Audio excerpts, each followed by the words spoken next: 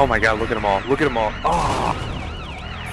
Oh, we got robbed. Come on, Battlefield Hardline.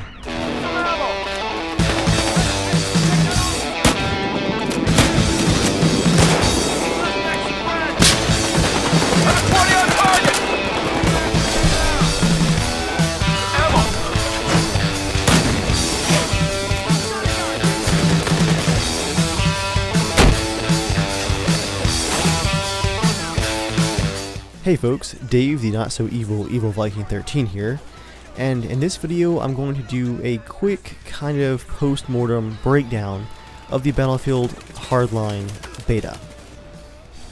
Even as a long-time Battlefield fan, I was not super interested in Battlefield Hardline from its announcement.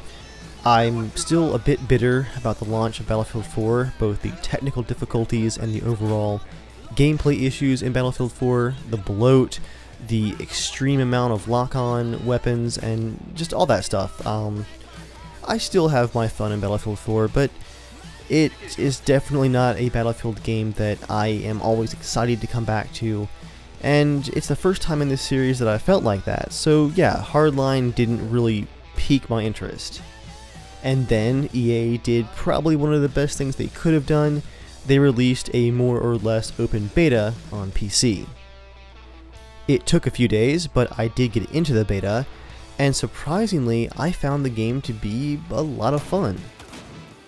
Over the course of the beta, I put around 24 hours in total, and although my initial, I guess, good impressions of the game kind of cooled a bit, I still had a good amount of fun. I found myself playing a lot more Hardline than Battlefield 4 during June, and enough of the game piqued my interest that I wanted to break a few things down for you guys, now that the beta is over and done with for now. First up, let's talk about what Hardline did right. As I said, I went into it being very skeptical. I like free things, and as a Battlefield fan, I was going to try it for sure, but I was absolutely skeptical. What I found was that the team had been paying attention to Battlefield 4's mistakes and even previous games, and there were a lot of good things about the game. The additional recoil helped to make gunfights last longer. There were a lot of long-needed features, like being able to take health and ammo from teammates who were not paying attention and would not give them to you. The game modes, while not completely original, were a breath of fresh air, despite the fact that for some reason, perhaps because the beta was so open to the public, my teammates were consistently awful in Hardline. I haven't raged that hard at teammates in years. It was most of the time downright frustrating. Teammates would just be completely oblivious to what was going on as far as the objectives were concerned. I saw that way too often. But you really can't put all of that on the developers, or much of it at all. I guess a lot of people were just trying to figure out the beta. The objective markers could have been a lot more clear to help people figure out what they were supposed to do. But in the end, it was just a lot of not so great players running around, and teams that ended up far too stacked far too often. I think one of the reasons that I kept coming back to Hardline instead of Battlefield 4 is that even though Battlefield 4 has had its netcode patch, and it is miles better than it used to be, initially the netcode in Hardline just felt a lot tighter. Maybe just because of the smaller amount of explosives and other crazy weapons, that limited scope might have helped that feeling. As the beta in Hardline continued on and off, the netcode was hit or miss, no real pun intended. But the 30 Hz server and netcode patch increase during the beta, which definitely caught me by surprise, that helped a lot. That helped to bring the netcode to a more consistent level, although there still were times where you were killed behind cover and stuff like that. Looking at it as an overall experience and looking at the netcode throughout the course of the beta, I think that a lot of the weapons were more fun to play with in Hardline than Battlefield 4. Something about the shotguns, for instance, felt a lot more responsive. Even with a delay sometimes, like on the sawed-off shotgun, there would be like a massive hit marker delay of like a third of a second. But generally the shotguns and weapons were more responsive, and that alone really helped keep your frustrations at a low level and kept the game much more responsive. Additionally, I actually am a big fan of the idea of a cops and robbers multiplayer game.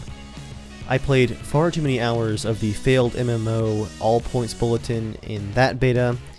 I think it's actually still out there somewhere, it was bought out, but just the concept of an open world cops versus robbers was enough to keep me playing a pretty bad game. So I think mixing Hardline with a cops and robbers theme with the Battlefield franchise could be a very, very good thing, and I saw potential in the Hardline beta that we've played so far. However, I think it actually leans a bit too much towards Battlefield and Battlefield 4. Of course, a game that wears the Battlefield name does have to feel like a Battlefield game in a lot of ways, but they're not taking full advantage, in my opinion, of that cops versus robbers dynamic. A lot of the action is still too bombastic, too fast-paced. There's still a few too many explosions and RPGs going back and forth. If they cut that back some and make the Battlefield part be about the use of gadgets and the use of flanking and the occasional use of an RPG or a grenade, that would help focus that cops versus robbers feel. Of course, we haven't seen all the maps yet, so I hold out hope that we'll eventually see some more open world, maybe some cop and robber chase style maps where you can get some longer heists going on. That would be great to see. I like Battlefield. I like the idea of cops versus robbers, but I feel like they haven't quite figured out where they want to be on that scale yet. There were also a couple of really rough balancing issues in the beta. There were some more minor weapon balancing issues, but one of the biggest things in the game that totally wrecked balance, in my opinion, was the survivalist perk. It's the gadget that lets you self-revive after you've been killed. You basically just spawn right where you died, prone on the ground, you're back up, and fighting again. I got so sick of having to check prone bodies to make sure that people were actually dead. It got to the point where if you killed a medic, just assume that they're going to have survivalists and they're going to be back up and at you. It was just an extra slowdown to the game. I didn't like that feature at all. I found it distracting, I found it annoying. I used it a few times and didn't like how I was playing with it. It just felt cheap for both sides. Visceral has said that they're going to tweak it. They're going to say when you revive, you come back at 1 health.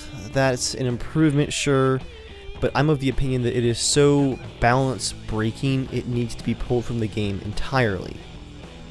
In total, Visceral has marked out 10 specific changes that come directly from beta feedback that they're working on adding to the upcoming game.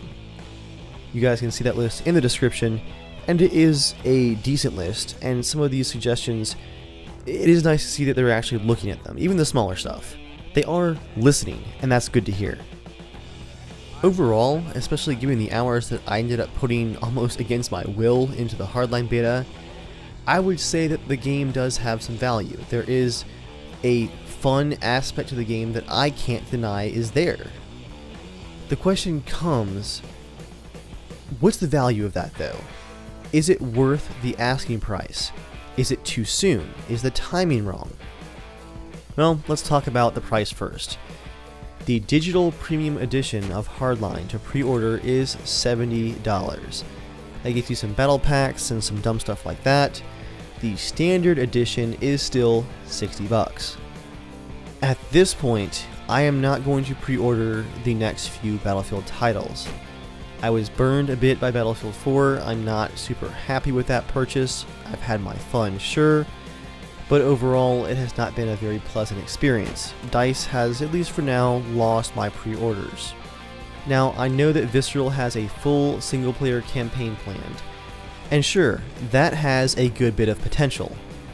I haven't been a huge fan of Battlefield single-player campaigns. They're not bad, but they're not must-play scenarios either. But Visceral could change that. There could be a lot of value there in the single-player campaign, but when I think Battlefield, my primary questions are about multiplayer. I don't see, at this point, $60 to $70 of fun in Battlefield Hardline's multiplayer. So, additionally, besides not having my pre-order, I don't see myself buying this thing at launch. Not at full price, not with what I've seen so far. It's not that I think the game is bad, or just DLC, or just a reskin, or any of those other accusations. I think the Battlefield Hardline is becoming its own thing. It has the potential to become its completely own product and its own spin-off of the Battlefield series. I think that's very, very possible. But I don't see it as a $60 spin-off at this point. I do have some hope for Hardline. I hope it does succeed. I hope that I'm wrong, that it comes out to good reviews, and that the launch is stable, and the game is stable, and it actually offers a larger package of that cops and robbers Battlefield style gameplay. At this point though, I am definitely in wait and see skepticism mode. My skepticism is a lot less than it was before I played, the 24 hours or so that I played. I am mildly impressed, I am intrigued, they have my attention, but not my money. Not yet. You guys can of course form your own opinions, but I would advise to be careful about this one. I love Battlefield. I've been playing Battlefield for a decade now, and I want the game to be good, like I already said. I want to be excited about it, but this time around, let's be careful as a community. Let's think about this, let's hope for the best, but plan for the worst. Those are my thoughts on Battlefield Hardline. I want to know what you guys think. Did you play the beta? Did you enjoy the beta? Did you hate the beta? Do you love Battlefield 4 instead? Is that all you need in your life as far as Battlefield? I want to hear what you guys think. And as always, thank you for watching, and I will see you all next time.